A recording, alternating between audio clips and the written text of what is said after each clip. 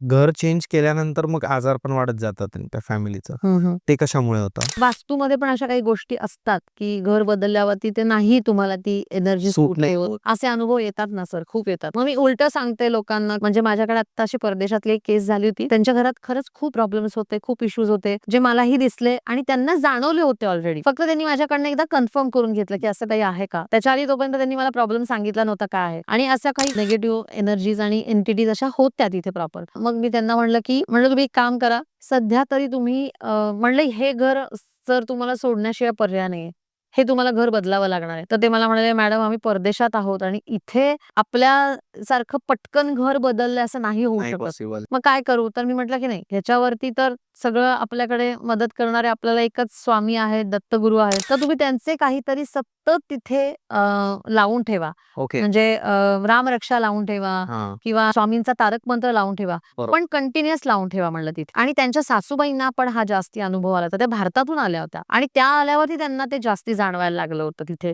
मग त्यांनी मग लगेचच 1 महिन्यात मात्र प्रयत्न केले आणि दुसरं घर घेताना परत त्यांनी मला कन्सल्ट केलं होतं की नाही मॅडम, आता तुम्ही सांगा, आता मात्र घर घेताना आम्ही तिथली एनर्जी चेक करून मगच घर घेणार बरोबर. असं सांगितलं होतं.